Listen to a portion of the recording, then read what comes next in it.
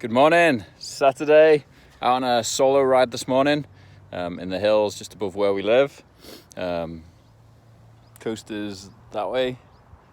Some amazing trails just locally. I'm out on my titanium hardtail, Pride and Joy, packaged and built it myself. Awesome bike. But I was out riding and I actually took a spill. I don't know whether you can see that, but something I love about biking is the fact that it requires absolutely complete focus. And today I was listening to a podcast on NFTs and blockchain technology. And as you can imagine, it may have been a bit mentally distracting, and I hit a tree and took a spill. But it actually got me thinking about a few things. After the crash, I had to check myself, take a deep breath, make sure the injuries weren't more than just surface wounds, and then check the bike over. The handlebars were misaligned and the brake was a bit out of shape.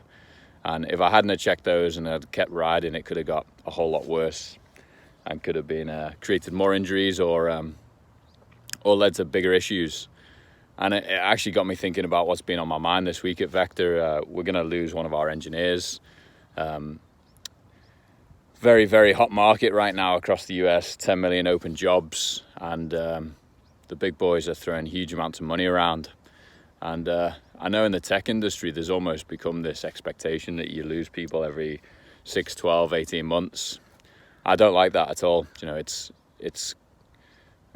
to build a culture, it takes consistency, it takes time, it takes effort, and it takes retention. And in addition to that, it's expensive and it's time consuming. And so losing people is always very disappointing. And I'm looking over at the bike and myself after the crash is like what I want to be doing at Vector the next few weeks, making sure that while we built a fantastic culture and we've got some firm values that we can talk about in other blogs, and we're all aligned around a single objective. And I would say for the most part, people are in it for the long run. They know that it's going to pay back huge dividends.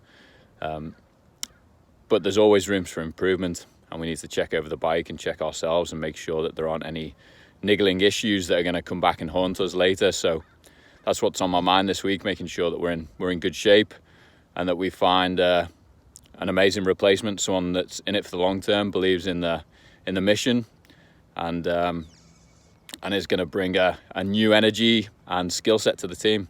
So it's super exciting. It's a new opportunity, but it just a nice reflection.